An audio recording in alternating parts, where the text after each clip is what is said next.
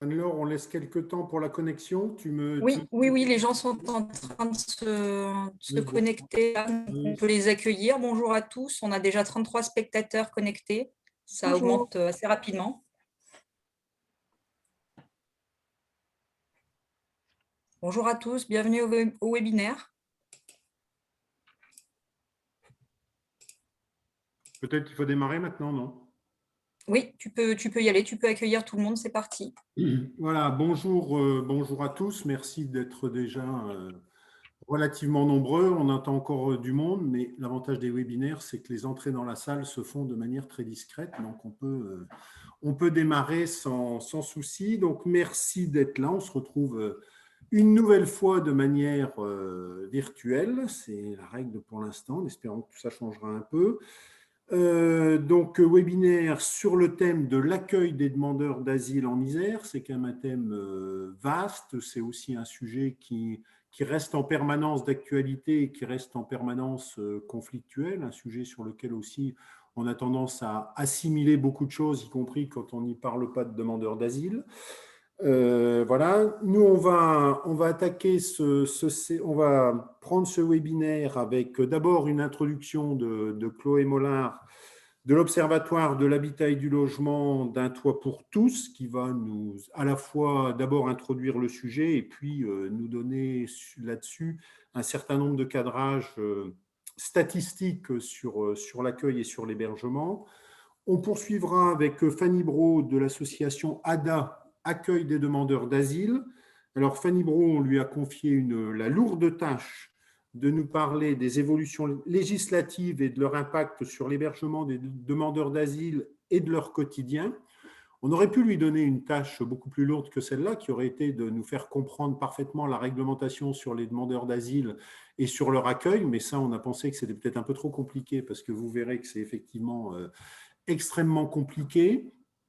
On fera ensuite un détour et une partie avec Monique Vuaya de la PARDAP, donc l'association pour les parrainages républicains des demandeurs d'asile et de protection. Je pense que j'ai à peu près pas écorché le nom de l'association, qui, elle, nous parlera en fait des solutions citoyennes qui sont développées sur le territoire, peut-être particulièrement sur le territoire grenoblois, mais peut-être un peu plus largement aussi, principalement, j'ai envie de dire, face aux insuffisances des politiques publiques, ou du moins celles qui sont ressenties. Et à ce niveau-là, je pense que l'évolution de la PARDAP et la prise en charge d'un certain nombre d'hébergements est significative par rapport à ça. On aura ensuite un temps de débat entre nous. N'hésitez pas à utiliser les éléments de discussion. Anne-Laure, tu nous redonneras peut-être un peu de cadrage par rapport à ça à un moment ou à un autre, peut-être là avant qu'on démarre complètement. Et puis, nous conclurons avec Denis Hatzfeld, qui est de la PARDAP, qui est aussi, qui fait partie de la PARDAP faisant elle-même, et Denis aussi, partie du collectif des migrants en Isère, pour essayer à la fois de faire un petit peu une synthèse de nos débats et une conclusion par rapport à cette logique, cette problématique plutôt des demandeurs d'asile, ce qui peut se passer sur le plan national et sur le plan local. Anne-Laure, tu fais un petit point sur l'éventuelle intervention des auditeurs, leurs questions. Oui, bien sûr. Donc, pour intervenir, vous avez deux solutions. Vous pouvez soit lever la main en appuyant sur le bouton lever la main, soit poser votre question dans la zone Q et R. Voilà, on fera remonter les questions et du coup, tout le monde pourra intervenir. Voilà, c'est parfait. Et bien, Chloé, c'est toi qui démarres. À toi. Merci Jean-François. Donc, comme tu viens de le rappeler, je vais apporter quelques éléments de cadrage sur l'accueil des demandeurs d'asile en Isère et notamment sur les besoins en hébergement et les réponses qui leur sont apportées actuellement. Juste une petite précision avant de commencer. Les textes sur la demande d'asile au niveau national, mais aussi au niveau international, prévoit des conditions matérielles d'accueil pour les personnes qui sont dans cette procédure de demande d'asile pour obtenir un statut de réfugié ou une protection subsidiaire. Et en France, ces conditions matérielles d'accueil impliquent une proposition d'hébergement et une allocation de demande d'asile. En réalité, il n'y a pas suffisamment d'hébergements qui existent pour pouvoir répondre à tout le monde. Et donc, quand une personne seule n'a pas accès à un hébergement proposé par l'OFII, ça a un impact sur son allocation de demandeur d'asile qui va être augmentée. Voilà, donc pour une personne seule qui n'a pas accès à un hébergement proposé par l'OFII, l'allocation, elle est à peu près de 400 € par mois. Donc, on voit que c'est pas suffisant pour pouvoir accéder par ses propres moyens à un toit et en plus subvenir à ses besoins. Donc, quelques chiffres sur la demande d'asile en Isère. Là, je vous présente sur le graphique le nombre de premières demandes d'asile déposées à la préfecture de l'Isère annuellement. Donc, on voit qu'il y a un peu plus de 2000 nouveaux demandeurs d'asile qui arrivent en Isère tous les ans. Attention, néanmoins, ce n'est pas représentatif du nombre réel de demandeurs d'asile présents en Isère à un instant T, pour 2 raisons. Premièrement, parce qu'il peut y avoir des demandeurs d'asile qui ont déposé leur demande dans un autre département peuvent vivre en Isère.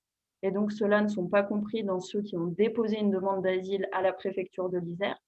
Et la deuxième raison, c'est parce que finalement, ces chiffres, ils sont amenés à se cumuler puisque une procédure de demande d'asile, souvent, elle se passe pas à l'échelle d'une année, mais souvent à l'échelle d'une année et demie ou de plusieurs années. Donc, à un instant T, il faut prendre en compte les demandeurs d'asile qui ont déposé une demande dans les mois précédents. Et donc, ça peut aussi comprendre les demandeurs d'asile qui ont déposé une demande en 2018, en 2019 et en 2020. Donc, l'idée, c'est simplement d'avoir un ordre de grandeur de combien à peu près de personnes sont concernées par une demande d'asile en Isère et donc par des questions d'accès à l'hébergement qu'on va aborder. Sur l'évolution, donc le nombre de premières demandes d'asile déposées en Isère, on voit qu'il augmente de 59% entre 2016 et 2019. Je ne vous présente pas le chiffre de 2015 parce qu'il n'existe pas à l'échelle du département, mais sinon, ce serait pertinent de le mettre parce que cette évolution, elle est antérieure à 2016. Donc, comme je le disais, on a un peu plus de 2000 demandeurs d'asile qui arrivent chaque année à la préfecture de l'Isère. Et sur le diagramme en bleu foncé, je vous mets le nombre de demandeurs d'asile domiciliés en Isère qui obtiennent une protection tous les ans. Donc, en 2019, sur tous les demandeurs d'asile qui sont passés à l'OFPRA, il y en a seulement 381 en Isère qui ont obtenu un statut de réfugié ou une protection subsidiaire. Donc, on voit bien assez rapidement qu'il y a un décalage important entre le nombre de demandeurs d'asile et ceux qui obtiennent finalement annuellement une protection internationale. Et un statut de réfugié ou une protection subsidiaire, ça permet à ces personnes-là d'accéder finalement à tous les droits d'un citoyen français, si ce n'est celui de pouvoir voter. Et donc, c'est des personnes qui, à partir du moment où elles obtiennent une protection internationale, elles vont avoir le droit de travailler, le droit d'accéder à un logement. Et donc, c'est des besoins qui vont se retirer de la pression qui existe aujourd'hui sur l'hébergement. Mais vu que c'est une toute petite partie, on voit que du coup, il y a quand même un nombre de personnes tous les ans qui se cumulent, de demandeurs d'asile, mais aussi de personnes qui vont être déboutées de la demande d'asile et pour qui la seule solution qui existe, c'est des places d'hébergement. Sur les places d'hébergement, justement, sur ce graphique, à gauche, je représente les places OFII, donc, qui sont gérées par l'Office français de l'intégration et de l'immigration. Ce sont des places qui se destinent aux demandeurs d'asile. Donc, il y a 2038 places qui sont réservées pour des demandeurs d'asile et 121 places en Isère qui sont ensuite réservées pour des personnes qui viennent d'obtenir le statut de réfugié ou la protection subsidiaire et qui ont encore besoin d'un petit peu d'hébergement avant de pouvoir trouver un logement et accéder à un logement. Donc, on voit bien qu'il y a voilà, à peu près 2000 places et comme je vous l'ai montré précédemment, on a plus de 2000 nouveaux demandeurs d'asile qui arrivent en Isère tous les ans, qui se cumulent avec ceux qui étaient déjà là précédemment sur le territoire. Et donc, on voit que le nombre de places existant est largement insuffisant pour répondre aux besoins. Donc, il y a une bonne partie de ces demandeurs d'asile qui n'ont pas de place via l'OFII, qui vont se reporter sur les places gérées par le SIAO, c'est le 115, Et ce sont les places que je représente sur la partie droite du graphique. Donc, sur l'année 2020-2021, on avait 2476 places qui étaient mises à disposition pour les personnes qui avaient un besoin en urgence, donc qui appelaient le 115, avec un nombre de places, un certain nombre de places qui sont des places hivernales et qui donc ne sont pas ouvertes toute l'année, mis à part le contexte de crise actuelle qui a permis de les prolonger. Donc voilà, il y a un nombre vraiment important de demandeurs d'asile qui se reportent sur l'hébergement d'urgence et ça se voit dans les demandes. En 2019, il y avait 61% des demandes des appels au 115 qui concernaient des personnes étrangères hors Union européenne. Et parmi ces personnes-là, il y avait 39%, si je ne me trompe pas, je n'ai pas accès au chiffre qui est écrit sur le PowerPoint, qui étaient des demandeurs d'asile. Les autres personnes étrangères hors UE étant pour partie des personnes déboutées de la demande d'asile et d'autres qui sont dans d'autres processus de régularisation en dehors de la demande d'asile. L'enjeu qu'il y a autour de développer suffisamment de places d'hébergement OFII, donc destinées aux demandeurs d'asile, elle n'est pas seulement liée au fait qu'il faut offrir un toit à ces personnes-là. Il y a aussi un enjeu en termes de taux de protection que les personnes obtiennent par la suite. Donc, quand on prend toutes les personnes qui sont accompagnées par France Terre d'Asile au sein de CADA, de centres d'hébergement pour demandeurs d'asile, qui sont hébergés par ces CADA et aussi accompagnés avec un accompagnement spécifique vers l'OFPRA et la CNDA pour préparer le dossier. Il y avait en 2019 56% de ces personnes-là qui avaient obtenu une protection internationale, statut de réfugié ou protection subsidiaire, à l'OFPRA ou à la CNDA, qui est une cour de recours.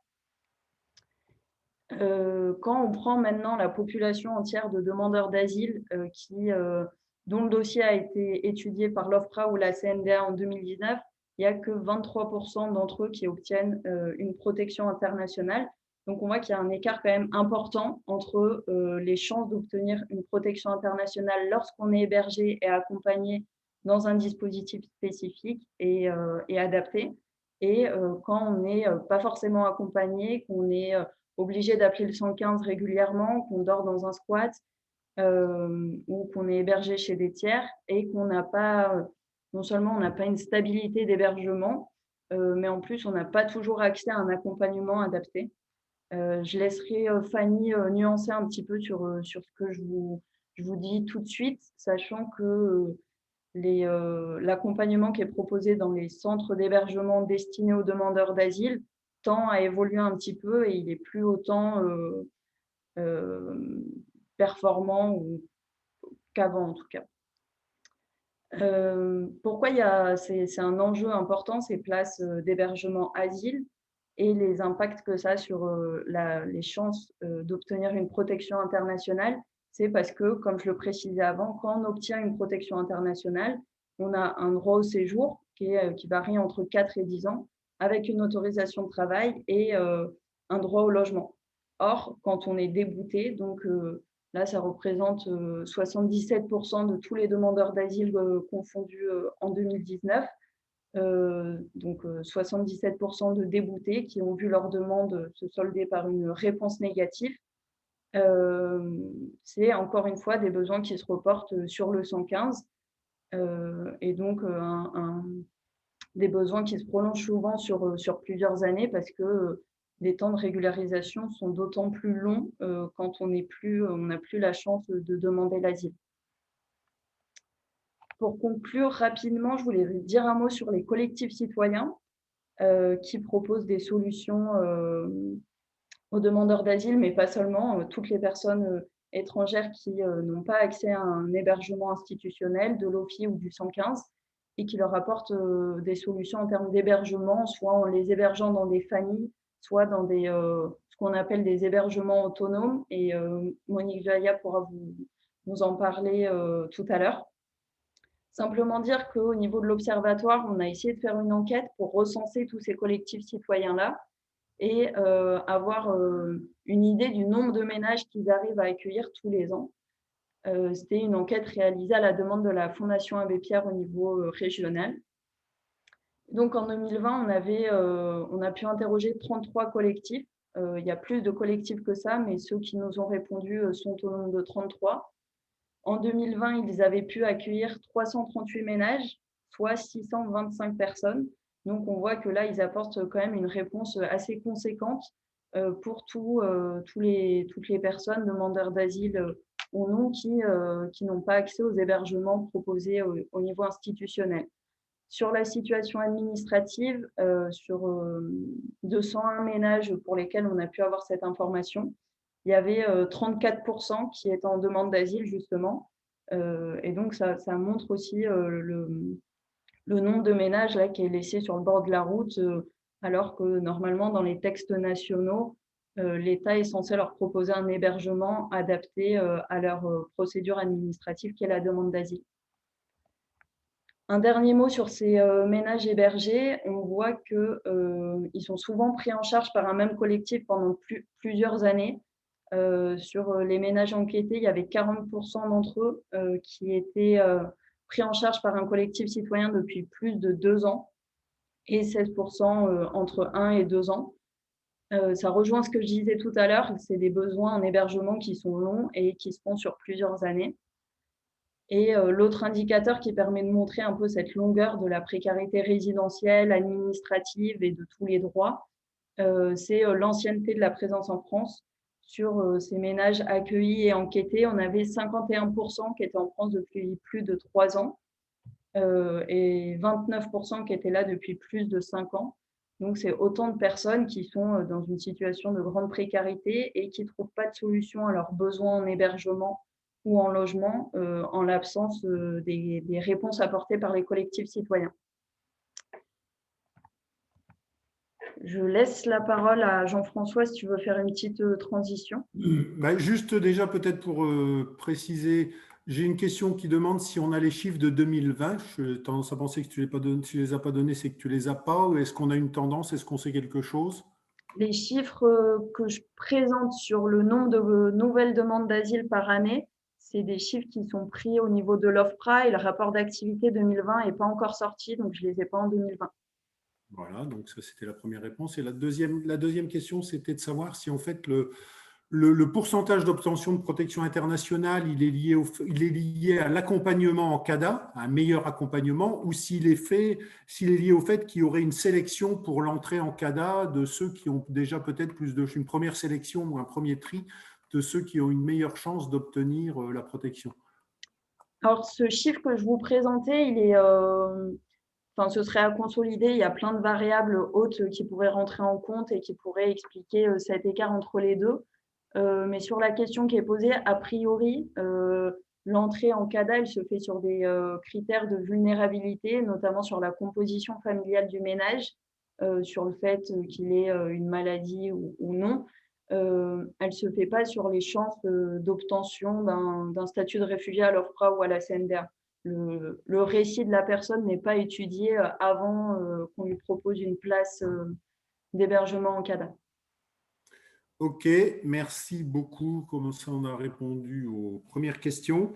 Fanny, ça va être toi qui va poursuivre donc sur la logique des évolutions législatives et surtout de leur impact sur l'accueil des demandeurs et sur leur vie au quotidien. Je te passe la parole. Oui, alors je ne vais peut-être pas revenir sur l'ensemble des évolutions législatives. On va prendre la dernière réforme en date, celle de 2018. Mais déjà, j'ai voulu vous présenter un peu l'évolution des hébergements. C'est-à-dire qu'avant 1990, on parlait uniquement de centres d'accueil qui correspondent aux centres provisoires d'hébergement actuels qui sont réservés aux réfugiés. Donc, il n'y avait qu'un seul type de centre avec un seul type d'accompagnement.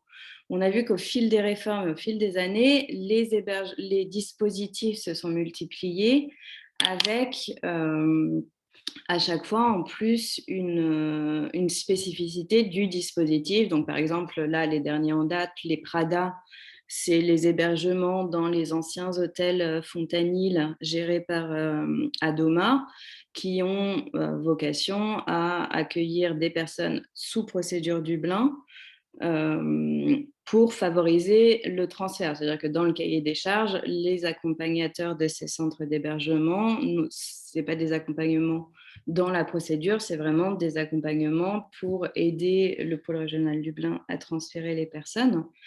Les centres d'accueil aussi et d'évaluation sociale, les nouveaux CAES qui se créent et qui en Isère sont gérés par l'entrée de Pierre Valdo, donc d'abord à Paris-Nice et maintenant à l'hôtel Gambetta. C'est des hébergements courts d'1 mois qui visent à héberger dans un premier temps pour faire une évaluation, pour réorienter ensuite dans d'autres dispositifs d'hébergement gérés par l'OFII. Et on est vraiment toujours dans une logique de mise à l'abri. Donc les Prada et les autres hébergements pour les personnes en procédure Dublin, c'est des mises, plus que des mises à l'abri, même des mises sous contrôle. Et les autres centres d'hébergement, on est dans la mise à l'abri, on est de moins en moins dans l'accompagnement. Alors si c'était vrai pendant longtemps que, et c'est ce qu'on disait nous aussi, que l'hébergement en CADA, c'est ce qui fournit le meilleur accompagnement. Déjà, on se rend compte que petit à petit, l'hébergement CADA correspond à une proportion, il y a beaucoup moins de places de CADA que de places d'autres hébergements d'urgence demandeurs d'asile ou PRADA, et on crée sans arrêt des nouveaux.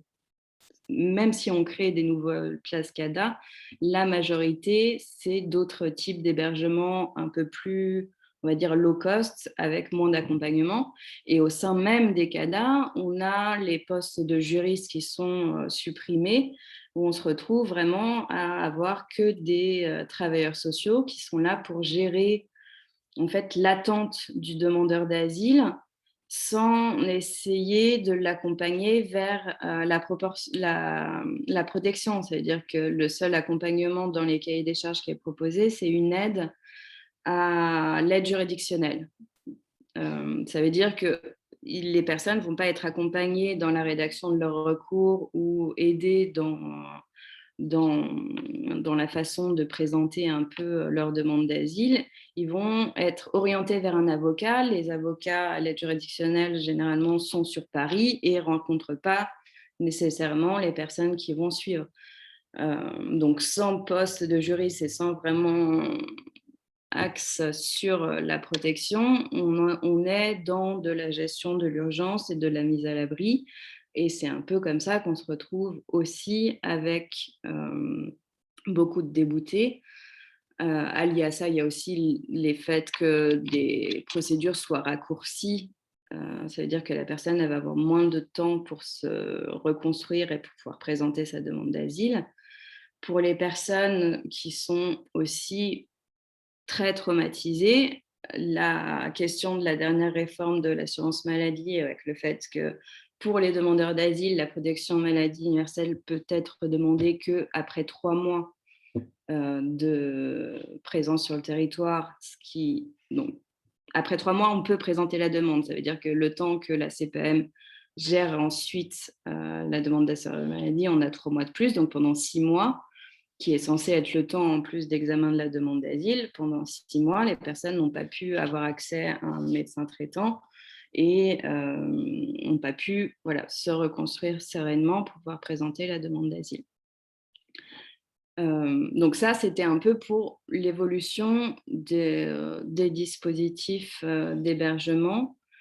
Ensuite, concrètement, théoriquement, la personne qui dépose une demande d'asile, elle rencontre d'abord la préfecture qui va déterminer dans quel type de procédure la personne est, procédure accélérée, normale ou Dublin, ce qui va conditionner, comme on l'a vu, le type d'hébergement vers lequel elle va pouvoir être orientée. Très, très, très, très, très rarement, voire je crois que l'année dernière, il y a eu 0 orientation directement après le rendez-vous en préfecture et cette évaluation de la vulnérabilité vers un hébergement. Donc, les personnes sont réorientées vers la DAT, qui en Isère gère la domiciliation administrative pour l'ensemble des demandeurs d'asile. Et c'est via la date qu'ils vont pouvoir solliciter le 115 ou un autre type d'hébergement. Et par la suite, l'OFII reprendra contact avec la date pour retrouver les personnes quand ils auront une solution d'hébergement à proposer. Mais c'est rarement après, c'est rarement tout de suite. Et si on veut passer à la slide suivante, l'entretien de vulnérabilité, paradoxalement, donc théoriquement, c'est les personnes les plus vulnérables qui ont un accès favorisé à l'hébergement, qui ont des chances de plus ou moins être hébergées. Sauf qu'il y a différentes vulnérabilités qui sont prises en compte. Il y a les vulnérabilités que l'OFII qualifie d'objectives, c'est-à-dire une personne avec des enfants en bas âge, objectivement, voilà, elle est vulnérable. Une femme enceinte, objectivement, elle est vulnérable. Pour toutes les questions médicales, ça passe par un certificat médical qui est remis au demandeur le jour de son rendez-vous en préfecture, qui doit être rempli ensuite par un médecin avec toutes les difficultés dont je viens de parler d'accès en fait à un médecin traitant. Et ça va ajouter en plus un délai avant d'avoir accès à l'hébergement, parce que forcément, le temps de trouver un médecin qui remplit ce certificat, une fois que ce certificat est rempli, il soit transmis au médecin de la zone OFII qui va valider le certificat fait par son confrère, parce qu'on ne sait jamais, peut-être que le médecin serait trop complaisant dans son certificat, pour attester de la vulnérabilité. Il pourra être proposé un hébergement. Donc, paradoxalement, des fois, être reconnu comme vulnérable ne permet pas d'avoir accès à un hébergement plus rapidement dans le dispositif national d'accueil. Donc, les dernières réformes ont aussi inclus l'hébergement directif, c'est-à-dire que le demandeur d'asile qui arrive dans une région n'a pas le choix de l'endroit où il va déposer sa demande d'asile. Il y a un schéma national d'accueil qui a été, donc, suite à la réforme de 2018, qui a été publié là en 2011, qui fixe le quota par région de demandeurs d'asile en fonction du nombre d'hébergements dans la région et du nombre de demandeurs d'asile. Et le demandeur n'a pas le choix que d'aller dans cette région si on lui fait une proposition de centre, parce qu'on verra après, s'il refuse l'orientation, il peut perdre le bénéfice des conditions matérielles d'accueil, donc de l'hébergement, mais aussi de l'allocation pour demandeurs d'asile. Donc, ce que je disais aussi tout à l'heure, je ne vais pas revenir sur le cahier des charges des centres d'hébergement qui est vraiment conçu comme un temps de préparation au transfert pour les procédures Dublin et qui va à l'encontre en fait de l'accompagnement social parce qu'il n'y a aucune autonomie. On assigne à la personne un lieu et elle n'a pas le choix que d'en changer parce que le seul choix qui lui est proposé, c'est soit d'y aller, soit de perdre tout autre accompagnement, toute allocation et tout accompagnement aussi par la plateforme, par le service de la premier accueil de la date théoriquement. Donc, la dernière réforme a aussi inclus de nouveaux motifs de refus de conditions d'accueil. Donc, on peut refuser immédiatement le bénéfice aux personnes qui refusent l'offre d'orientation, aux personnes qui déposent une demande de réexamen ou ce qui est appelé les demandes tardives. Si la personne n'a pas déposé une demande d'asile à son arrivée dans les 90 jours après son arrivée sur le territoire, l'OFII a la possibilité de le refuser. Et ensuite, donc, au-delà de ces refus immédiats, il y a beaucoup de cas de retrait où si la personne s'absente du lieu d'hébergement, si la personne ne se présente pas à ses convocations Dublin, si la personne a oublié de transmettre la nouvelle attestation mise à jour à l'OFII quand on lui a demandé, si elle n'a pas déclaré la composition familiale ou n'a pas déclaré le revenu du conjoint quand un conjoint a des revenus. C'est autant de cas où, au final, on retire le bénéfice et c'est très difficile de le réobtenir par la suite. C'est-à-dire qu'une personne qui a été placée en procédure Dublin, qui a été déclarée en fuite, à qui on a retiré le bénéfice des conditions matérielles d'accueil, même à l'expiration du délai de transfert, quand il sera de nouveau en procédure normale, il ne pourra pas forcément réaccéder à ce bénéfice, à moins de faire une demande de rétablissement qui a toujours les mêmes critères de si la personne est particulièrement vulnérable et si elle justifie qu'en fait, elle n'était pas réellement en fuite, mais qu'elle n'a pas pu se rendre au rendez-vous pour des motifs X, Y. Donc, le parcours en plus des demandeurs est imposé dans le sens où ils n'ont pas le choix. Donc là, j'ai pris l'exemple de la procédure Dublin, mais on va peut-être passer rapidement sur la procédure pour ne pas avoir à vous décrire l'ensemble de la procédure comme on n'a pas beaucoup de temps. On va revenir après. Donc, je veux bien passer. L'idée, c'est qu'une personne, par exemple, qui serait hébergée à Annecy doit se rendre à la préfecture de Grenoble pour la prise d'empreinte et pour déterminer la procédure. Ensuite, si, en fonction des empreintes, il s'avère qu'elle est en procédure Dublin, elle va retourner à Annecy, mais tous les mois, elle devra repasser par Grenoble et à Lyon pour avoir ses rendez-vous hebdomadaires, passer la prise d'empreinte, voilà. Donc, ça fait des allers-retours, c'est-à-dire que d'un côté, on veut fixer les personnes dans un lieu pour pouvoir favoriser l'hébergement, et de l'autre, on crée un peu cette mobilité contrainte qui peut parfois en plus être complètement contradictoire parce qu'une personne qui était domiciliée, qui était hébergée par exemple à Valence dans le cadre d'un hébergement d'urgence va être orientée vers la plateforme de la date à Grenoble pour la domiciliation. Tous ces trajets en plus ne sont plus financés par le PRD parce que ça avait un coût énorme.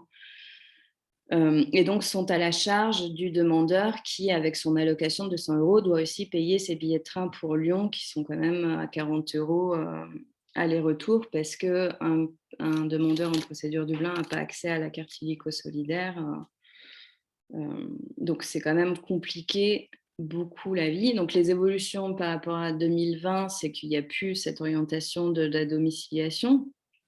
Mais ce qu'on peut voir aussi avec cette année particulière qui a été 2020, où concrètement, les transferts ont été quand même très compliqués parce qu'il n'y avait pas de vol possible dans un certain nombre d'autres États européens. On a quand même maintenu ces rendez-vous hebdomadaires, maintenu ce nombre de procédures. On est toujours à 40% des demandeurs d'asile en procédure Dublin, alors qu'il n'y avait pas de perspective d'éloignement possible. Et donc, en attendant, ces personnes sont hébergées pour les personnes qui ont accès à conditions matérielles d'accueil.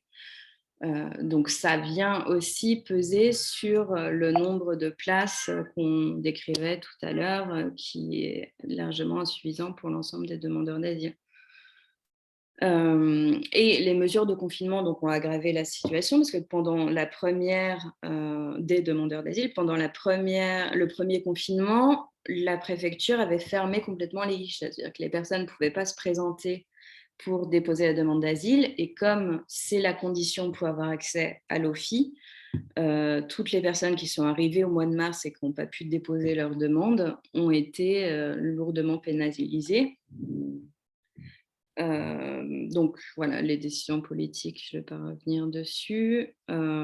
Et les collectifs citoyens, je vais peut-être laisser Monique faire la transition vers l'hébergement citoyen, mais c'était un peu comme disait Chloé, face à ces restrictions de plus en plus importantes, et depuis 2015, les citoyens se sont vraiment engagés auprès notamment des demandeurs d'asile, mais pas que, en leur fournissant un hébergement. Et là, pour le coup, on a pu constater que les personnes qui étaient hébergées dans les collectifs, donc qui étaient accompagnées par les collectifs, ont pour beaucoup eu aussi un accès au statut de réfugié un peu favorisé, comme ils ont eu aussi à se raconter souvent leur histoire, ils ont pu se reconstruire plus facilement. On a eu pas mal de reconnaissance de statut par les personnes qui étaient hébergées parce qu'elles étaient accompagnées dans les collectifs. Merci Fanny. Tu as pas mal parlé des procédures Dublin, mais je vois qu'il n'y a pas de questions là-dessus. Ça veut dire que tout le monde doit être à peu près dans, dans la compréhension de ce que sont les procédures du blind. Donc, je propose qu'on passe, je rappelle pour les gens qui nous suivent qu'on aura une série de questions-réponses par la suite. Donc Monique, le point des informations, un éclairage, j'ai envie de dire, sur l'accueil dans les solutions citoyennes. Ce que j'ai retenu des chiffres que nous donnait Chloé tout à l'heure, c'est que dans l'enquête qu'a pu faire l'OHL, on parlait de plus de 600 personnes, en tout cas recensées dans les gens qui t'ont répondu, Chloé, donc sûrement plus hébergés dans ce type de dispositif. 340 ménages, donc 600 et quelques personnes, et souvent à la fois des gens qui sont en France depuis un bon moment, puisque la moitié était là depuis plus de 3 ans, et des hébergements qui sont de durée assez longue.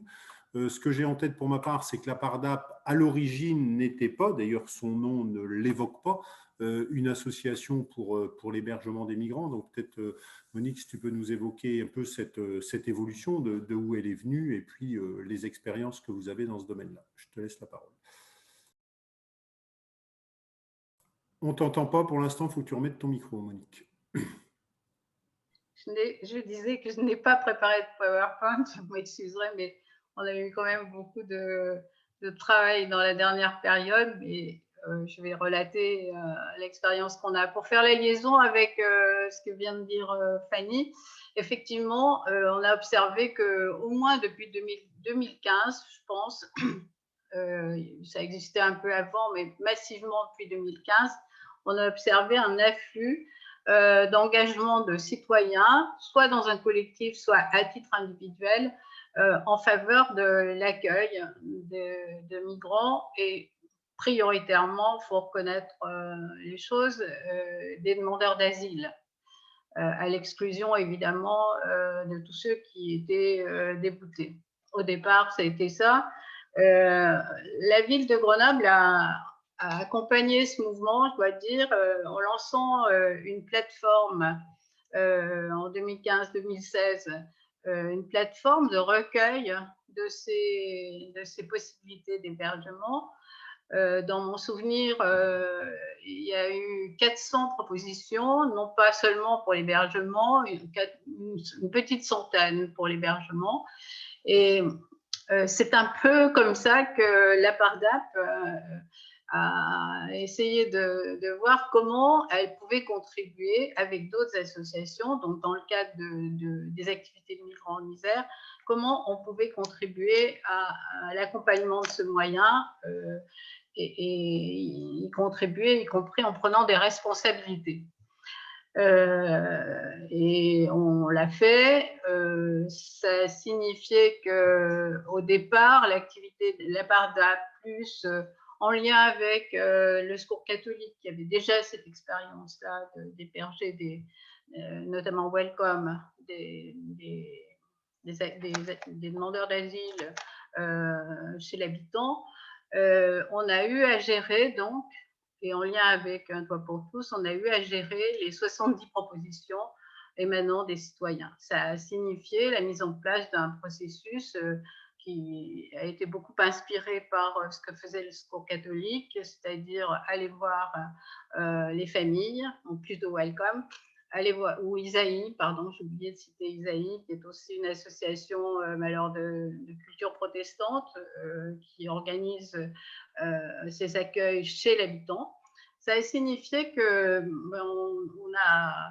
on a dû se déplacer, aller voir les familles, donc se déplacer au-delà de la métropole quand il y avait des possibilités, et mettre en place un contact régulier entre les familles, nous et l'accueilli, et mettre en place un contrat d'hébergement temporaire. Ça a été la première expérience. Un Toit pour tous, d'ailleurs, y participait. C'était Cécile qui nous accompagnait dans cette tâche-là. Ça a suscité, je dois dire, pas mal de débats dans la PARDAP. Beaucoup voyaient d'un assez mauvais œil qu'on se lance encore dans un accompagnement complémentaire à ce qu'on faisait dans le domaine des dossiers, mais aussi dans le domaine du parrainage. Et petit à petit, devant la pression très forte qui n'a cessé que de croître au fil des années, Fanny a beaucoup parlé des demandeurs d'asile parce que c'est sa zone de responsabilité, mais elle a aussi évoqué, et on en partage ce point de vue, tous ceux qui sont dégoûtés, tous ceux qui n'ont plus qu'un espoir, c'est d'essayer d'avoir un titre de séjour, et qui vivent là durablement, sans aucune possibilité. Parmi eux, je voudrais signaler enfin, on voit bien que ce qui a été dit tout à l'heure montre qu'il y a un déficit de places d'hébergement d'urgence incontestable, très, très important. Et du coup, ça amène le 115 à faire des tris relatifs du point de vue des urgences. Et alors, si on peut dire que les familles sont souvent quand même prises en compte, mais il y en a qui restent sur le carreau. Les femmes, c'est la deuxième, les femmes seules, c'est la deuxième urgence qui est prise en compte, mais de façon encore insuffisante. Et alors, les jeunes mineurs non déclarés majeurs, ouais, les jeunes majeurs non déclarés mineurs n'ont pas de possibilités ou ont des difficultés très importantes. Et puis, les jeunes hommes, qui sont quand même en grand nombre, hein, comme étrangers demandeurs de régularisation. Donc, on a essayé, sous la pression de ces urgences, on a accompagné nos manifestations collectives pour faire élargir les places d'hébergement d'un engagement plus important. Donc, un engagement associatif plus important. Parmi les réticences, il y avait la crainte qu'on se substitue aux responsabilités de l'État. Je ne vais pas dire que ça a disparu, mais c'est aussi en conduisant les deux choses en même temps, c'est-à-dire des moments de protestation, des moments de mise en lumière des besoins, etc., collectivement et de façon interassociative, et puis des actions concrètes, les choses sont maintenant relativement actées. Alors, comment est-ce qu'on s'y est pris? Donc, j'ai décrit la première phase d'expérience avec la plateforme. On s'est tourné vers les collectivités territoriales et en particulier vers la métropole.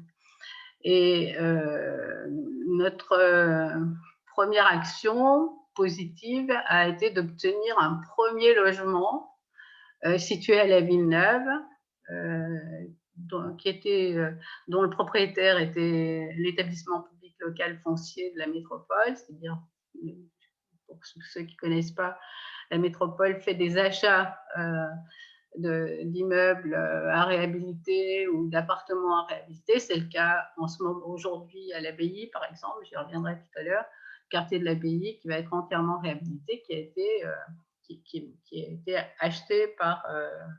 enfin, dont la responsabilité repose sur la métropole. Donc, premier prêt de logement, un logement à la Villeneuve, où on a commencé par mettre 4 jeunes qui n'avaient pas de solution. C'était en 2017 et ils n'ont toujours pas de solution. Mais les 4 sont partis, ils ont été remplacés par d'autres. Et ensuite, on a essayé de cultiver cette voie-là de façon à obtenir davantage de logements. Et on est arrivé à une dizaine de logements à la Villeneuve dans lesquels on a pu mettre des familles avec enfants. Là, c'était en 2017-2018 et ils sont toujours là. Toujours là parce que pas de papier, parce que pas de régularisation. Même cette année, une des familles avec 3 enfants, dont 2 nés sur le territoire, a reçu une OQTF. Donc, ça, on voit bien qu'il y a des conséquences graves des procédures sur la vie des gens. Et ensuite, on s'est dit, on va continuer sous la pression, hein, parce que les gens les accueillis qui étaient reçus par la PARDAP, notamment pour les procédures administratives, évidemment, évoquaient la douleur qui consistait à chercher tous les soirs un lieu où dormir à l'abri. Et donc, on a continué à travailler dans ce sens, en sollicitant toujours les collectifs. Je dois dire que cette source, c'est un peu tarie pour nous. Elle s'est tarie parce que notre public était principalement des gens déboutés et qui demandaient des titres de séjour. Et la crainte existait que ça dure super longtemps, qu'il n'y ait pas d'issue positive, etc. Et on a beaucoup moins trouvé de possibilités de logement chez les citoyens. D'ailleurs, j'avais observé que quand on est allé avec l'ADA, avec Olivier dans le Trièves, ce sentiment que c'était jamais terminé, et il s'était fortement aussi exprimé. Hein. Voilà. Donc, on a cherché d'autres solutions et grâce d'ailleurs à un collectif, la MG, Grèce-Gaudan, on a inventé un nouveau système qui consistait à louer des logements sociaux en lien avec des bailleurs, financés par des collectifs citoyens. C'est l'AMG qui est venue nous trouver parce qu'elle n'était pas organisée en association à l'époque et elle ne pouvait donc pas contracter une location auprès d'un bailleur. Et là, on a mis en place un nouveau système qui marche assez bien grâce à la bienveillance, en tout cas à l'intérêt que portent un ou deux bailleurs sociaux de l'agglomération pour cette solution. Et on a maintenant une dizaine de logements sociaux qui sont loués qui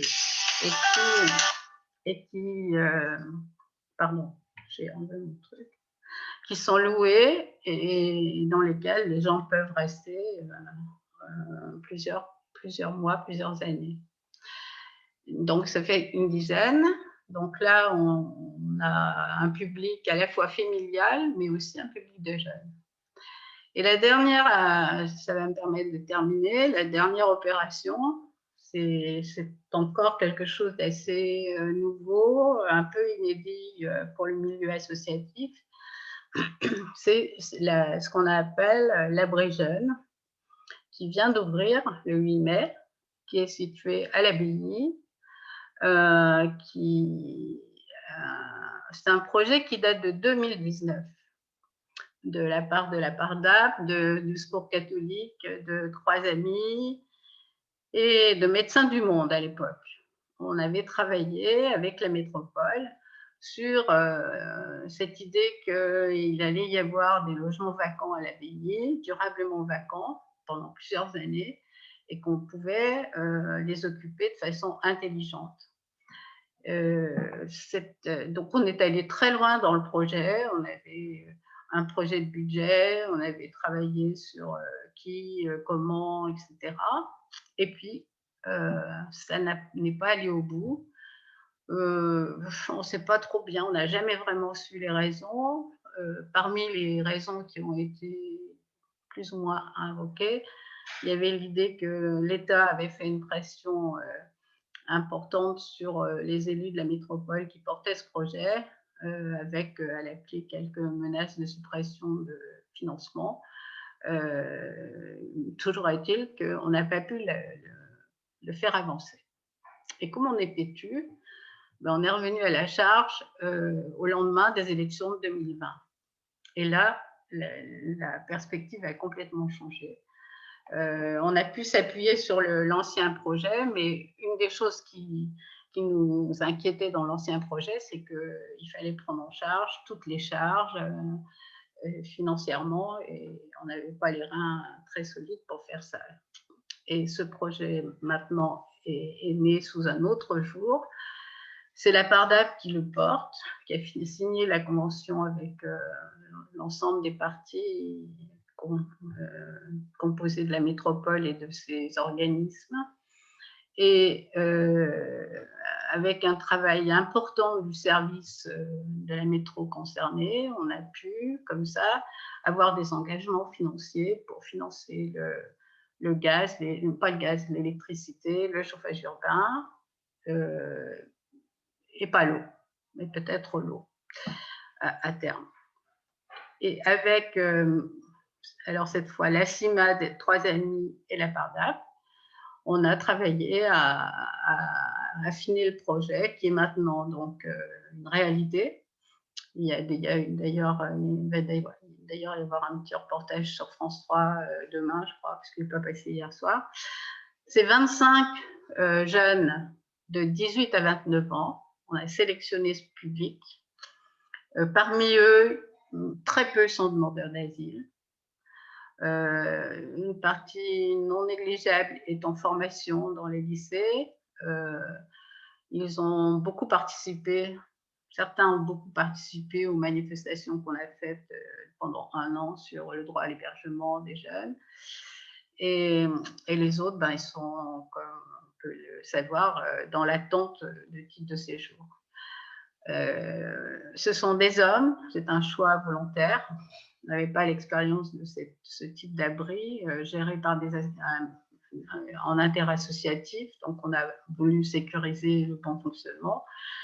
Et puis, c'est organisé, enfin, on a pu meubler grâce à l'apport de la Fondation des Abbé Pierre, mais aussi d'Emmaüs. Donc, ils sont super bien équipés. On y est encore allé hier. Tout se passe bien. C'est pour l'instant une belle expérience. On associe les résidents à la vie de l'abri jeune. Et le premier conseil de montée va se dérouler jeudi. Et pour sécuriser aussi le bon fonctionnement, en lien avec le CCAS d'ailleurs, on a le CCAS de Grenoble qui s'est engagé aussi dans ce projet. On a fait un appel à bénévolat pour que des binômes adultes bénévoles interassociatifs veuillent bien suivre, être en relation de proximité avec les résidents dans chacun des appartements. Il y a 8 appartements.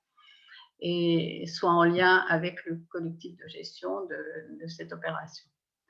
Voilà, on en est là de notre expérience. En gros, je vais dire que la PARDAP, elle contribue à hauteur d'une centaine de logements, de personnes logées, qu'on est très aidé, notamment pour tout ce qui est location de logements sociaux, quand il n'y a pas suffisamment.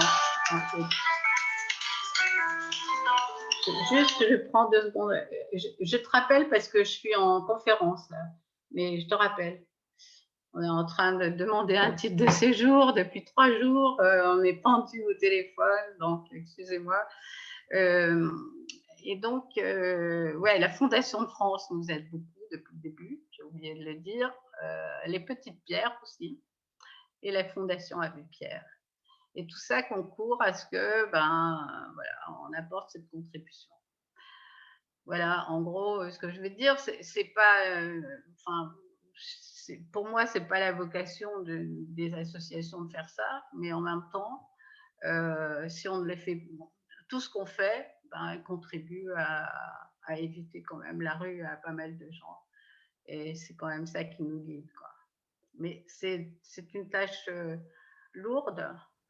Parce que non seulement il faut chercher les fonds, les financements, il faut négocier avec les collectivités, il faut convaincre le bailleur qu'il peut tranquillement nous louer des logements sans qu'il n'y ait jamais de problème. Bon, mais je trouve que c'est une belle expérience. Merci Monique pour ce témoignage avec en direct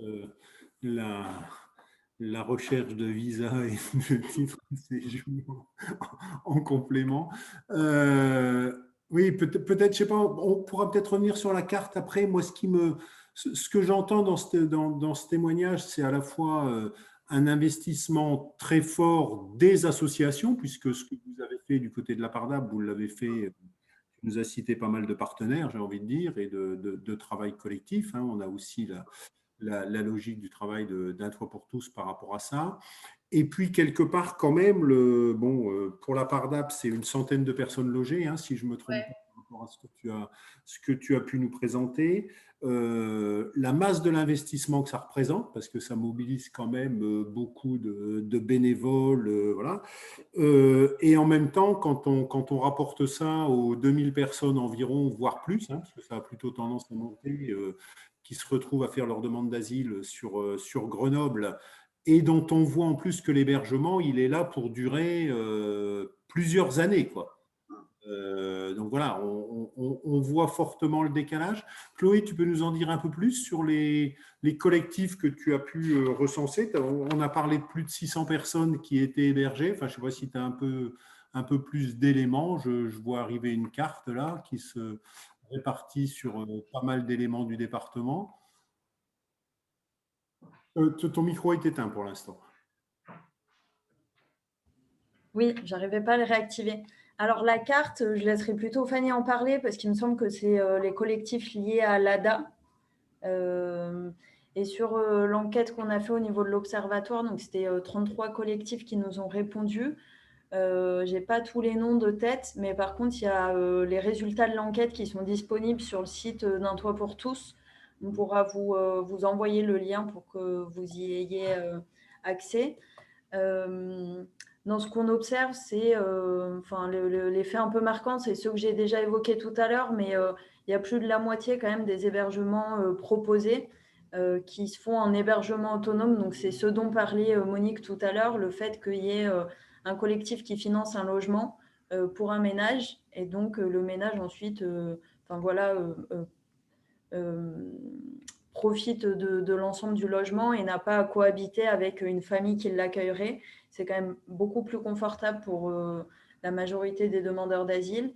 Et puis, il y a aussi des issues assez positives. Et là, je pense que Monique pourra revenir dessus aussi avec des glissements de bail à la fin où un ménage est hébergé plusieurs années dans un logement qu'un collectif finance pour lui. Et une fois qu'il obtient des papiers, un titre de séjour, et qu'il obtient un travail, il devient locataire en titre de son logement et finalement, il n'a pas à redéménager par la suite. Il est rentré en tant que sous-locataire et hébergé et il sort, il reste dans le logement en tant que locataire en titre.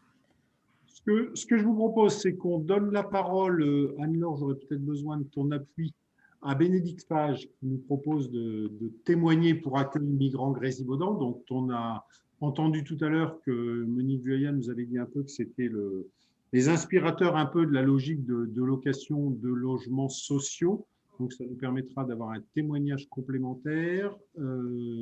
Bénédicte, je ne sais pas si tu peux y aller directement. Anne-Laure, tu as besoin d'intervenir. C'est bon, on peut y aller. Bénédicte a la parole normalement. Oui, bonjour. Donc, je suis Bénédicte Page, maintenant présidente de l'association Accueil Migrants Grésivaudan. Alors, je voulais apporter le témoignage de notre petite association qui héberge actuellement 34 personnes. Alors, c'est modeste, mais c'est quand même beaucoup pour ces 34-là. Notre moyen d'héberger les personnes, ça a été au démarrage par un hébergement tournant chez des particuliers, mais qui a été difficile à mettre en œuvre, j'y reviendrai. Et ensuite, on a cherché des logements. Donc, actuellement, nous avons 11 appartements, 3 loués à un bailleur social par l'intermédiaire de la Pardap. Donc, Monique en a parlé tout à l'heure. Grâce à la Pardap, on a eu accès donc à ces logements sur Saint-Martin-d'Air, dans lesquels on héberge 2 familles et dans le 3e appartement, c'est 3 femmes seules. Et 8 appartements, les 8 autres, c'est un appartement, un petit logement qui est mis à notre disposition par un propriétaire solidaire, mais les 7 autres, c'est des logements qui sont mis à notre disposition par des communes du Grésivaudan. Donc, on a démarché, on continue de le faire, de démarcher auprès d'autres communes pour qu'ils acceptent de mettre à notre disposition des locaux vacants. Alors, dans des conditions qui sont souvent très avantageuses, variables selon les communes, puisque à certains endroits, tout est gratuit, pas de loyer et les fluides sont pris en charge par la commune. À d'autres endroits, on paye une redevance. À d'autres endroits, on paye les fluides. C'est variable. Mais on se heurte pour nos logements mis à disposition par des communes à des conditions qui ont été fixées au départ par les élus de ces communes qui tenaient à ce que les personnes hébergées soient dans le cadre d'une procédure régulière, soit c'est écrit dans la convention de procédure de demande d'asile, soit c'est écrit une procédure régulière. Et donc, voilà, comme on a vu exposé précédemment, malheureusement, les 2/3, voire les 3/4 des personnes qui font la demande d'asile se retrouvent déboutées. On les héberge depuis un long moment et c'est pour nous compliqué de pouvoir assurer un relais. Alors, on essaye de négocier avec les communes. Petit à petit, je pense que les mentalités arriveront à changer et que un migrant, c'est un migrant, qu'il est là sur notre territoire, qu'il soit en procédure régulière ou pas, il a besoin d'être hébergé. Et donc, peut-être qu'on arrivera à faire modifier ces conditions, mais c'est pour le moment quelque chose de compliqué. Donc, on se trouve maintenant plus régulièrement confronté à des personnes qui donc viennent de recevoir leur refus de la CNDA, avec souvent une OQTF derrière, et pour nous, l'obligation de leur trouver un autre hébergement. Pour le moment, on n'a encore jamais été obligé de remettre des personnes à la rue, mais parce qu'il y a eu des opportunités, mais elles sont quand même rares et ça nous inquiète beaucoup pour la suite. Donc ça, c'est le problème pour les logements qui sont mis à notre disposition par des communes. Un autre des problèmes auxquels on se heurte, c'est la durée de l'accueil à laquelle on n'était pas préparé initialement. Parce qu'initialement, en 2016, quand on a commencé, on accueillait essentiellement des demandeurs d'asile dont on pensait que 1 an d'accueil, 2 ans d'accueil grand maximum permettrait de basculer sur un autre hébergement. Maintenant, on a des personnes qui sont là depuis 3-4 ans et donc c'est parfois difficile parce qu'il n'y a plus la même dynamique qu'au départ, l'accompagnement est rendu plus difficile.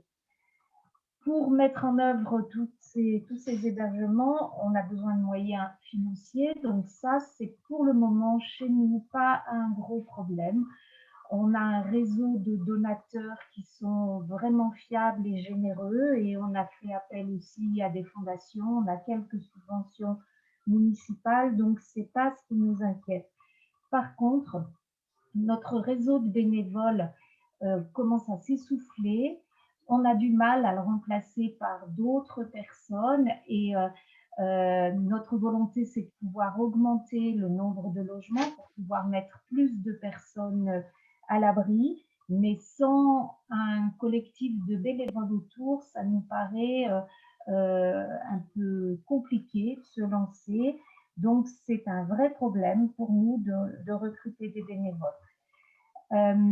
Je reviens sur l'hébergement tournant. Il continue à fonctionner de temps à autre pour des situations d'urgence, mais on s'est rendu compte que c'était une solution qui était très chronophage en bénévole parce qu'il faut recruter les hébergeurs, les informer, les soutenir, assurer le planning, la rotation des personnes hébergées.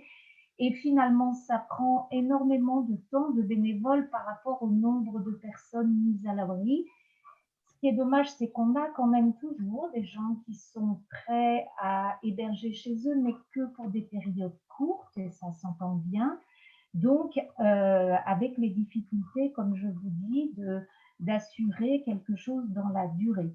Bon, par ailleurs, tous les migrants qui ont eu la possibilité de bénéficier d'un hébergement dans un appartement où ils étaient autonomes à vivre à 2 ou 3 ou 4 personnes dans un appartement, n'ont pas vraiment très envie de retourner en hébergement par des foyers par un hébergement familial tournant. Donc, c'est une solution qui les satisfait qu'à moitié, mais quand on n'a rien d'autre, c'est ce qu'on peut leur proposer.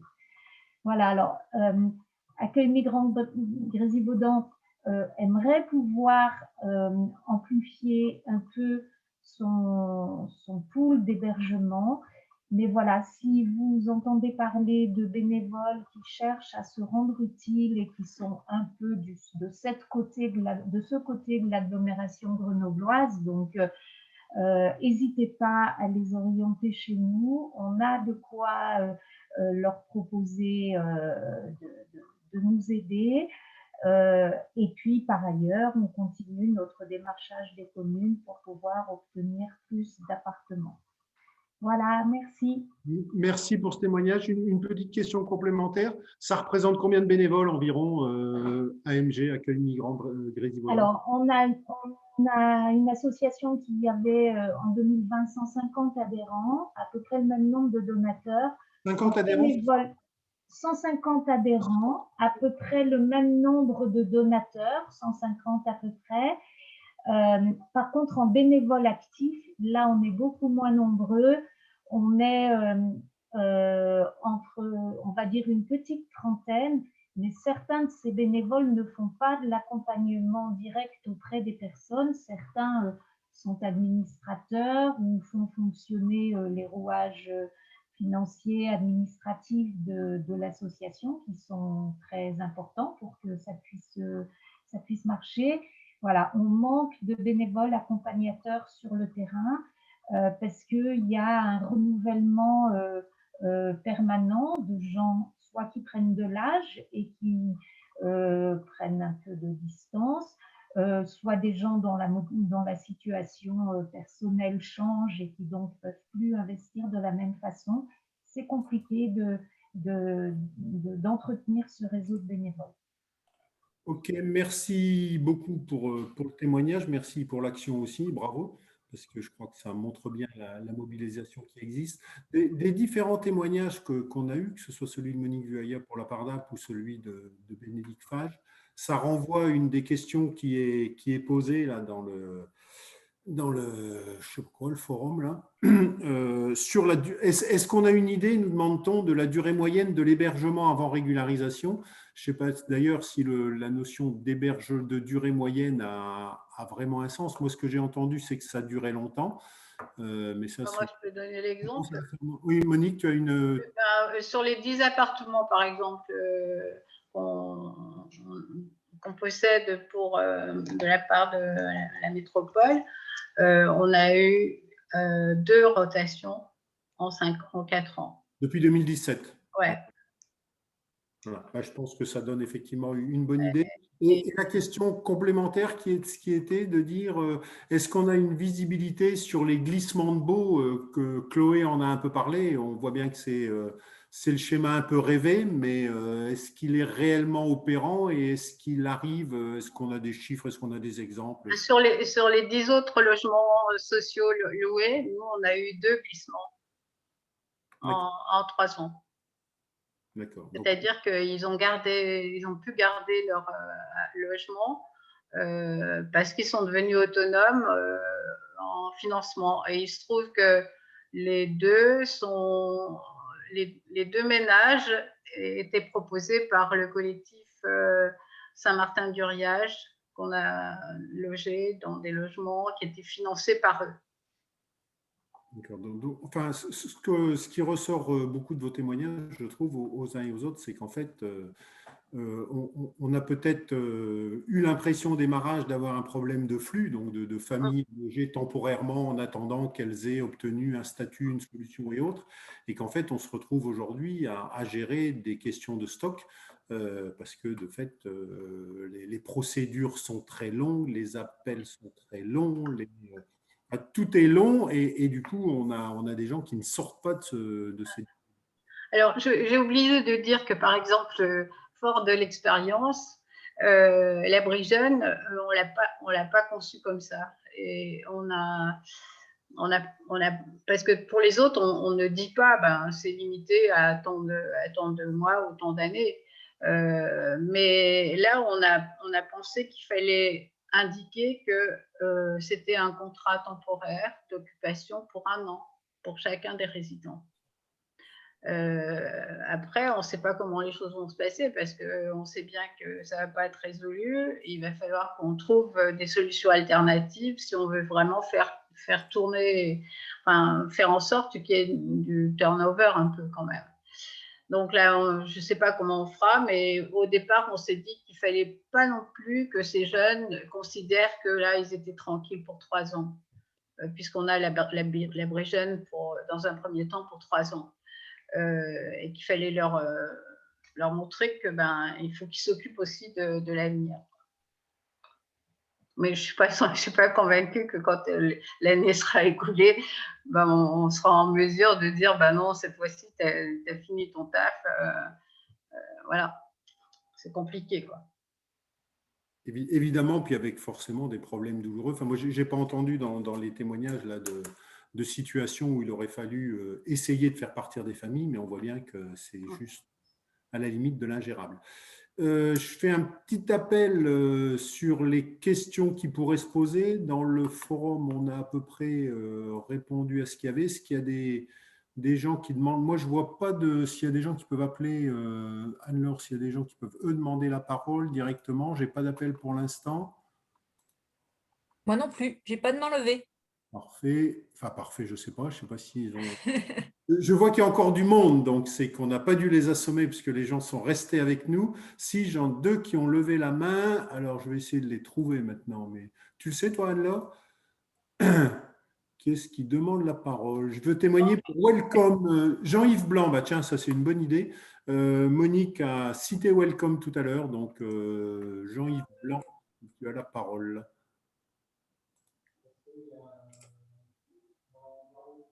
Alors pour l'instant, moi j'entends très mal. Je ne sais pas s'il y a un problème d'écho, de choses de genre. Je ne sais pas si tu peux essayer de régler. Est-ce que tu m'entends là comme ça? C'est nettement mieux. Très bien. Donc moi, je m'appelle Jean-Yves Blanc, je suis bénévole, je suis même trésorier de l'antenne de JRS Welcome sur l'Isère. Ce projet Welcome, c'est en fait, merci à Monique de l'avoir cité, on est aussi membre de Migrants en Isère et donc on travaille avec d'autres. C'est un réseau de familles principalement, donc on représente 120 à 130 familles sur le département de l'Isère, ce qui nous permet d'accueillir en hébergement tournant 10 à 20 personnes suivant les moments, et depuis 2015 à peu près. Le choix qu'on a fait, c'est de donner la priorité à des demandeurs d'asile et pour une période de 9 mois. Donc en général, les personnes qu'on accueille, ce sont des personnes qui arrivent sur Grenoble, qui n'ont pas de réseau, qui ne connaissent pas grand monde. Et donc, on leur offre un hébergement dans des familles par période de 3 semaines à 6 semaines pendant 9 mois. Et ils savent dès le début qu'au bout de 9 mois, il faudra qu'ils aient trouvé, ou avant d'ailleurs, il faudra qu'ils aient trouvé une solution par eux-mêmes. Donc, on constate, et de plus en plus d'ailleurs, qu'au début, ça a été un peu difficile, mais maintenant, il y a de plus en plus de personnes qui trouvent une place en CADA. À qui l'OFI propose une place en CADA. Il y a et puis parfois, des familles qui, au bout des 9 mois, se disent non, cette personne-là, on la connaît bien, il y a un lien affectif qui s'est créé. Et donc, certaines familles continuent d'héberger, mais c'est rare. Mais la plupart du temps, on constate qu'elles trouvent une solution elles-mêmes. Une fois ou deux seulement, on a eu à mettre une personne en dehors. Donc, on lui a laissé un délai supplémentaire. La règle des 9 mois n'est pas complètement écrite dans le marbre, évidemment. Et donc, au bout de 2-3 mois supplémentaires, les personnes avaient trouvé une solution. Voilà, donc c'est ça que je voulais dire et je peux répondre aux questions s'il y en a. Du côté du dispositif des familles, là, on voit bien que, pour le coup, vous évoquez une capacité à faire tourner les accueillis. Et du côté des accueillants, vous avez plutôt des familles qui sont là depuis le début du dispositif en 2015, ou c'est plutôt aussi des familles qui se renouvellent, qui tournent? Alors oui, merci, je ne l'ai pas dit, mais nous n'accueillons que des personnes seules. soit des hommes, soit des femmes, mais que des personnes seules. On n'accueille pas de famille dans le cadre de ce dispositif. D'accord. Et vos familles accueillantes, elles sont stables depuis 2015 ou vous avez du mouvement? Alors, pour les accueillants, on constate que chaque année, il y a 10 à 15% de personnes qui partent pour différentes raisons. Et puis, il y en a 10 à 15% d'autres qui arrivent. Donc, on est à peu près stable depuis 2015-2016. Et avec la pandémie l'année dernière, on a eu plusieurs familles qui se sont mises en pause. Ils nous ont bien dit qu'elles appréciaient cet accueil qui permet des rencontres très belles, mais que, vu les conditions sanitaires, elles souhaitaient mettre une pause. Et donc maintenant, on voit des personnes qui reviennent. Voilà, donc globalement, c'est à peu près ça. C'est 10 à 15% qui partent et 10 à 15% de nouvelles qui arrivent. Beaucoup par le bouche à oreille, oui, c'est essentiellement par le bouche à oreille que les personnes arrivent. Avec des familles qui sont réparties sur le département, sur l'ensemble du département ou Oui, on en a à peu près la moitié sur l'agglomération grenobloise, un petit peu plus. Et puis, on en a au Sapet, on en a sur le Vercors, dans les 5 villages du Vercors, là, Saint-Nizier, Autran, Méaudre, Villars et puis Lens. On en a sur Bourgoin-Jallieu et on a un groupe autour de Champs-sur-Drac et puis un groupe qui a démarré pendant la pandémie d'ailleurs à La Tour du Pin. Et puis un gros groupe à Voiron aussi, autour de Voiron et environ. Et ça veut dire que les accueillis, vous essayez de les faire tourner dans une région relativement limitée ou elles peuvent être amenées à passer du Vercors à Bourgoin-Jallieu Alors, on est organisé dans ce qu'on appelle des pétales, qui sont des groupes de 6 à 10 familles. Et la personne tourne, si on peut dire, sur ce pétale-là, sur ce groupe. Et donc, ça permet de créer d'une part des relations intéressantes entre les personnes, entre les familles, et puis comment dire, diminuer le stress au niveau de l'accueilli, parce que c'est toujours un stress de changer de famille, de se rendre compte que les gens se connaissent, qu'ils s'apprécient, qu'ils se parlent, et puis il revient de temps en temps dans les familles. Donc voilà. Donc c'est plutôt par petits groupes qu'on fonctionne. Ok, merci beaucoup pour ce témoignage. J'ai une question que je vais plutôt renvoyer vers… il y en a peut-être une autre. Y a-t-il une indemnisation financière pour les familles accueillantes? Me demande l'anonyme. Alors, de notre côté, il n'y a aucune indemnisation financière. Par contre, on participe aux frais. Il y a toujours, quand les personnes sont sur le Vercors, par exemple, on leur paye les billets de transport, les billets de car pour descendre à Grenoble. Quand les personnes sont à Voiron ou à la Tour du Pin, il faut payer les billets de train. Donc, c'est les familles qui payent et on les rembourse. Mais il n'y a aucune indemnisation pour les familles. Ok, merci. Je crois qu'on a fait un petit tour du coup plutôt intéressant de témoignages, d'actions citoyennes.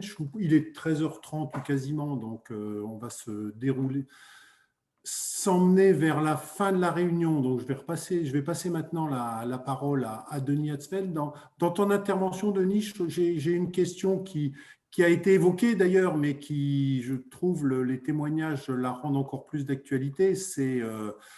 Bon, là, on a un certain nombre d'initiatives citoyennes dont la personne me dit que voilà, c'est forcément des choses importantes et qui sont à souligner.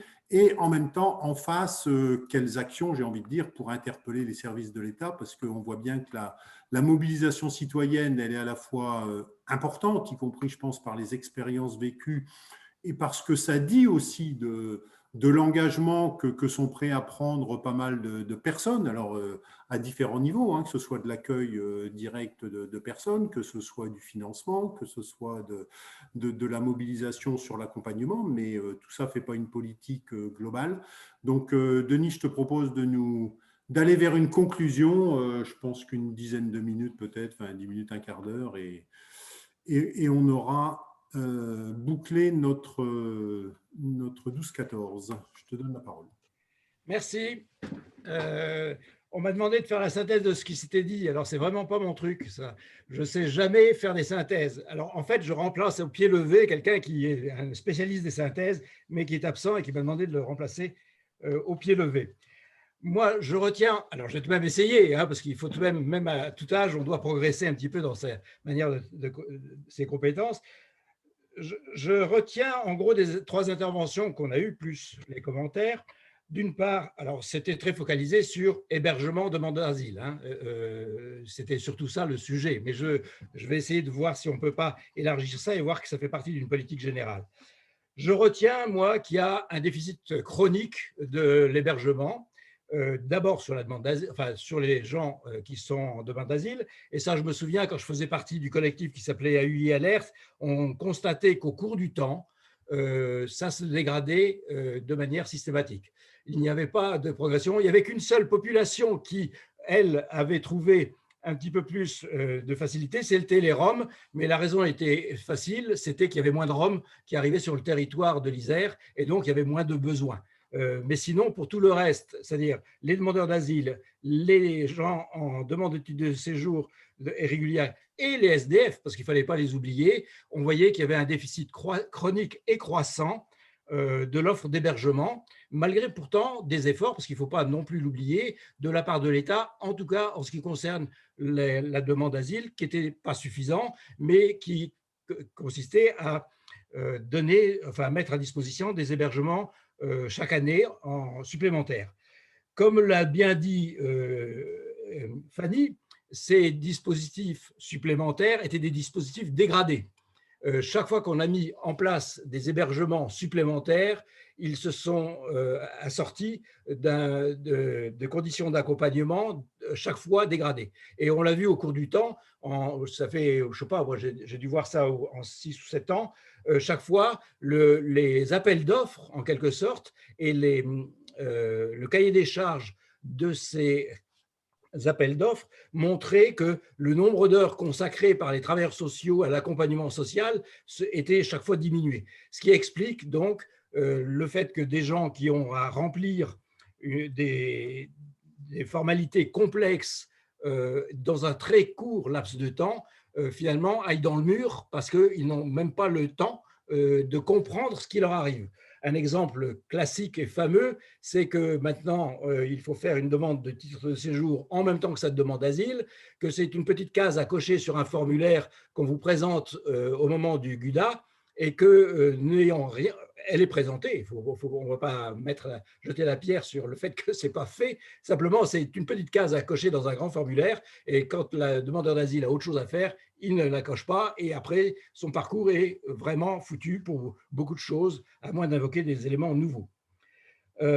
Alors, cette dégradation, on la voit systématiquement, on la voit dans l'accompagnement, on la voit dans les conditions matérielles d'accueil aussi, c'est-à-dire qu'on voit bien qu'il y a petit à petit une manière de considérer les demandeurs d'asile, mais les migrants aussi, comme des gens de seconde, une autre espèce d'humanité en quelque sorte, des gens qui n'existent que par leur présence physique, mais qui n'ont aucune, capacité à être des personnes humaines. C'est assez grave de mon point de vue de considérer que les gens, on les met dans des boîtes, on les affecte à des endroits, on leur dit vous cochez des cases et ensuite on met 18 mois, 2 ans à leur donner une réponse en leur interdisant toute autre activité.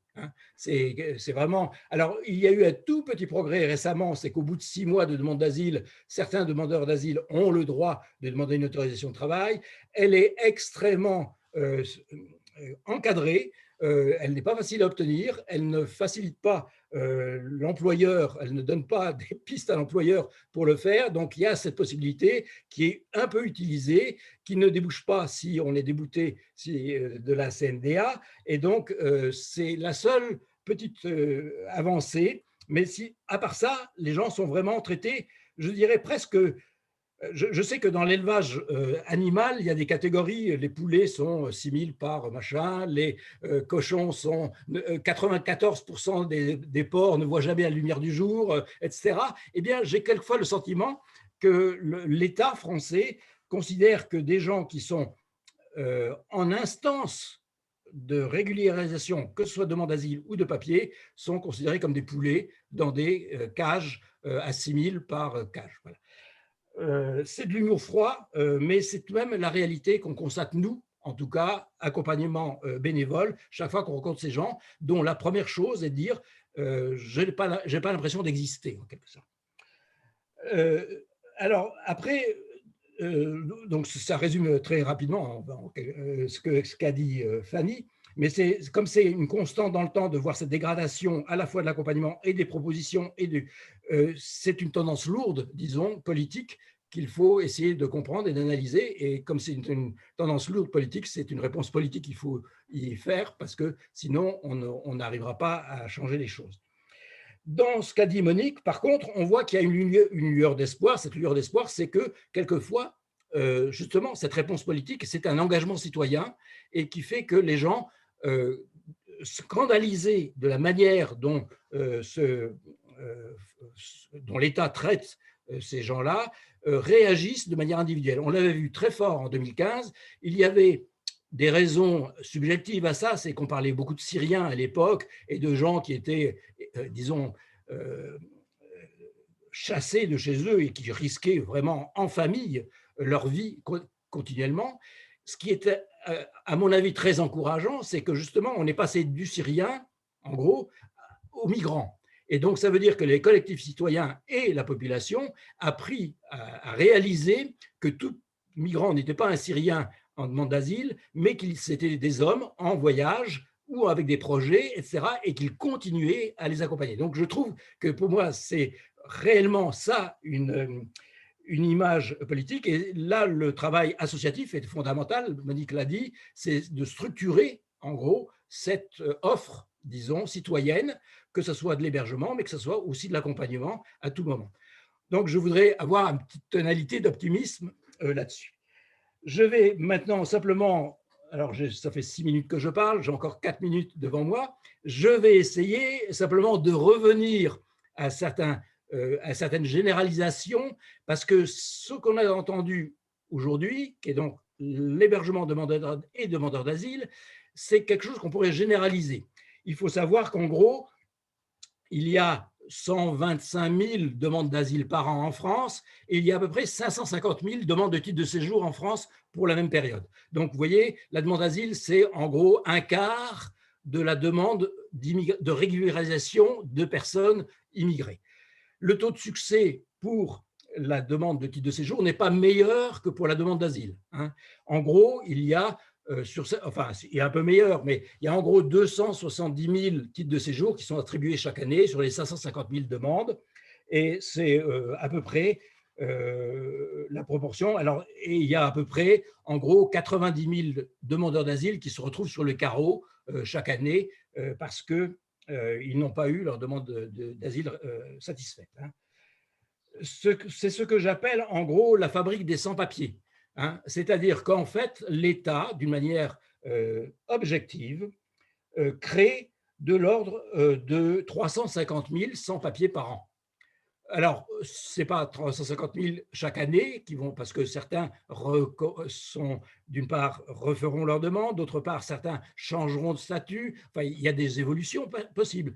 Mais on sait aussi, d'après, en tout cas, les demandes de personnes qui demandent l'AME, qui est l'aide médicale d'État réservée à ceux qui n'ont pas d'autres droits, qu'il y a de l'ordre de 400 000 personnes qui demandent l'AME. Donc, c'est à peu près 400 000 au minimum personnes qui sont sans papier en situation irrégulière. Alors, pour moi, ça, c'est le résultat, en quelque sorte, d'une constante politique qu'on observe depuis 1986, parce que je voudrais rappeler que depuis 1986, il y a eu 21 lois sur l'immigration. 21 en 35 ans, c'est plus que n'importe quoi d'autre. Et on voit aussi que alors ce n'est pas les présidents de la République, chacun qui a fait sa loi, c'est chaque gouvernement, chaque fois qu'il y a eu un nouveau gouvernement, chaque fois, il a voulu faire sa loi de l'immigration. Et pourquoi ? Pourquoi? Il y a maintenant quelque chose comme 24 000 alinéas dans le code d'entrée du séjour qui régule, enfin qui réglemente la demande d'asile et la demande de titre de séjour. Dernièrement, on vient de nous changer notre nomenclature pour la simplifier et la rendre plus rationnelle. Et donc, il y a une table de correspondance des 24 000 alinéas précédents aux 24 000 nouveaux alinéas. Parce que ce n'est pas article par article qu'on a fait la correspondance, c'est alinéa d'article par alinéa d'article. Et je travaille en ce moment là-dessus et je vous assure que c'est absolument impossible.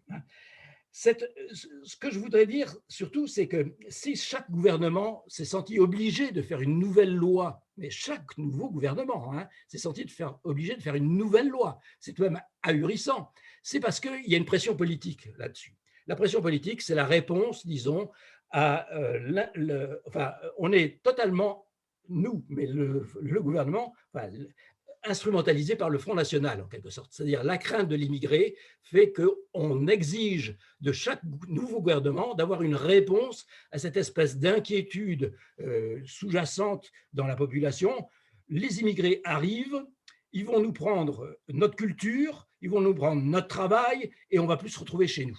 Et donc, chaque gouvernement se sent obligé de répondre dès le début de sa prise en fonction à cette inquiétude. Et je cite au hasard, pas tout à fait au hasard, vous en serez sûrement d'accord, les justifications. On va faire une législation ferme mais généreuse. Premièrement, ça c'était Chevènement. Ou bien on va faire une politique ferme mais humaine, ça c'était Besson. Ou bien on va avoir de l'humanité mais de la fermeté, ça c'était Macron. Donc chaque fois, vous voyez bien qu'il y a derrière une espèce d'excuse pour dire on va s'occuper de gens qui sont des hommes, mais derrière, on dit toujours il faut être ferme, il ne faut pas baisser les bras sur le fait que tout le monde n'est pas bienvenu chez nous n'importe comment. Alors, pour preuve, je voudrais dire tout de même que si en 1980, il y a eu un durcissement systématique et général dans le temps. Si en 1980, il y avait 85% des étrangers qui avaient une carte de résident, c'était une carte de 10 ans, maintenant c'est tombé à 30%. C'est-à-dire que pour un nombre à peu près équivalent de personnes en titre de séjour, on a dégradé les conditions de séjour volontairement, on les a précarisées et on les a compliquées. Et ça, ce n'est pas innocent, encore une fois, c'est pour rendre inconfortable et difficile toute possibilité à un étranger, demandeur d'asile, Fanny nous l'a expliqué, ou de titre de séjour, pour pouvoir rester sur le territoire. En particulier, je vais peut-être, alors j'ai encore pas beaucoup de temps, je voudrais dire que dans ces difficultés que rencontrent les étrangers, on a parlé de l'hébergement, on parle du séjour avec ces 350 000 personnes qui sont mises à l'écart de la nation, en quelque sorte, et on a dégradé aussi ce qu'on appelle le droit au travail. On l'a dégradé, ça paraît logique de ne pas donner du travail tout de suite à quelqu'un qui fait une demande comme ça. On peut se dire, bon, mais attendons avant de le… Mais par contre, comme on allonge les délais de procédure au-delà du raisonnable, certains délais atteignent 3 ans maintenant. C'est-à-dire qu'il y a des procédures pour lesquelles la personne est autorisée à rester sur le territoire, parce qu'elle a fait sa demande et donc elle est autorisée, qui pendant 3 ans n'ont aucun moyen de subsistance. Parce que si les demandeurs d'asile ont un petit pécule chaque mois, ceux qui sont en demande de titre de séjour n'ont rien. Or, on leur demande par ailleurs, pour certains types de titres de séjour, de justifier qu'ils contribuent à l'entretien et à l'éducation de leur enfant, ou bien qu'ils contribuent à accueillir de manière raisonnable leurs familles proches, des choses comme ça. Donc, il y a une espèce de non-sens qui est totalement délibéré, à mon avis, de faire en sorte qu'on continue à traiter comme des gens qui sont des poulets dans des espaces non définis, des personnes humaines, de manière à ce qu'ils soient découragés, ou plutôt, parce qu'ils ne le sont pas, qu'on fasse croire à ceux qui votent qu'on fait tout pour les décourager. Parce qu'en fait, ils restent, ces gens-là, ils arrivent, bon an, mal an, au bout de 10 à 20 ans, à trouver une solution qui n'est pas très harmonieuse, mais pendant 20 ans, on les a détruits. en ce moment, on est en train de travailler avec la Fédération de l'entraide protestante à un mécanisme pour pouvoir expliquer au préfet que tout ça est négatif en quelque sorte. Parce que de l'autre côté, vous avez une société qui tourne avec des gens qui sont là, des Français, des étrangers en situation régulière, des employeurs qui sont potentiellement prêts à recruter. On constate qu'il y a des milliers d'emplois en Isère qui sont non satisfaits et que les entreprises même maintenant ne se donnent même plus la peine de proposer des offres d'emploi parce que c'est tellement compliqué de les proposer et de ne pas avoir de réponse qu'ils y renoncent. On voit donc des employeurs prêts à embaucher et on se dit, c'est tout de même marcher sur la tête, parce que là, il ne s'agit plus même de défendre la dignité humaine en tant que dignité humaine, il s'agit de défendre simplement qu'une société tourne, qu'elle n'ait pas de trous noirs, d'impasse impossible, et de faire en sorte que tout ça fonctionne dans une société harmonieuse. Les employeurs sont les premiers à le demander. Donc, ça répond un petit peu à la question de Martine François. Quelquefois, la solution, c'est aussi de proposer et de discuter. Et pas seulement, c'est complémentaire de la protestation, je ne veux pas dire que ça la remplace, mais quelquefois, il faut aussi que les associations se déterminent en quelque sorte dans une capacité de proposition pour pouvoir montrer que socialement et politiquement, il y a des solutions qui sont autres que celles qui sont proposées par l'État. J'ai terminé. Merci Denis, je pense que la conclusion n'amène pas d'éléments complémentaires, tout ça a été très clair et très argumenté. Anne-Laure, une question pour les participants sur la possibilité d'accéder au PowerPoint qui a été présenté. Ils vont retrouver ça sur le site d'Un Toit pour tous. On va leur envoyer. Il leur sera envoyé par mail. C'est entendu. Donc, voilà. J'en profite pour dire un mot. On va vous envoyer un mail avec le support PowerPoint et également un lien pour répondre à un questionnaire, parce qu'on est en train d'évaluer en ce moment nos 12-14. Et donc là, on a créé un questionnaire auquel vous êtes invités à répondre depuis février à peu près. On arrive à la fin de l'évaluation, donc si vous n'avez pas encore répondu, on vous invite à répondre cette semaine, s'il vous plaît.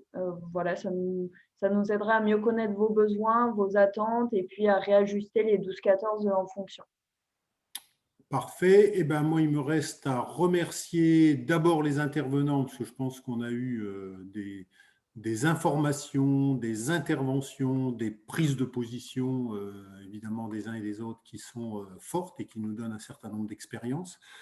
Si je devais conclure, je reprendrai quand même avec un peu d'espoir ce qu'a dit Denis. Grosso modo, une politique de l'État qui se dégrade et une mobilisation citoyenne qui s'améliore et qui s'amplifie. C'est toujours, gardons éventuellement cet aspect-là. Merci à tous nos participants qui nous ont largement suivis de manière fiable tout au long de cette réunion. Les 12-14 prennent leurs vacances. En juillet-août, vous nous retrouverez le prochain 12-14, ce sera le 14 septembre, en principe, sauf évolution d'ici là, mais probablement sur le thème de l'urbanisme transitoire, dans des conditions qui seront définies en fonction des évolutions qui se passent actuellement. Je vous souhaite à tous une bonne après-midi et donc retrouvailles le 14 septembre. Au revoir à tous. Merci beaucoup, Jean-François. Au revoir.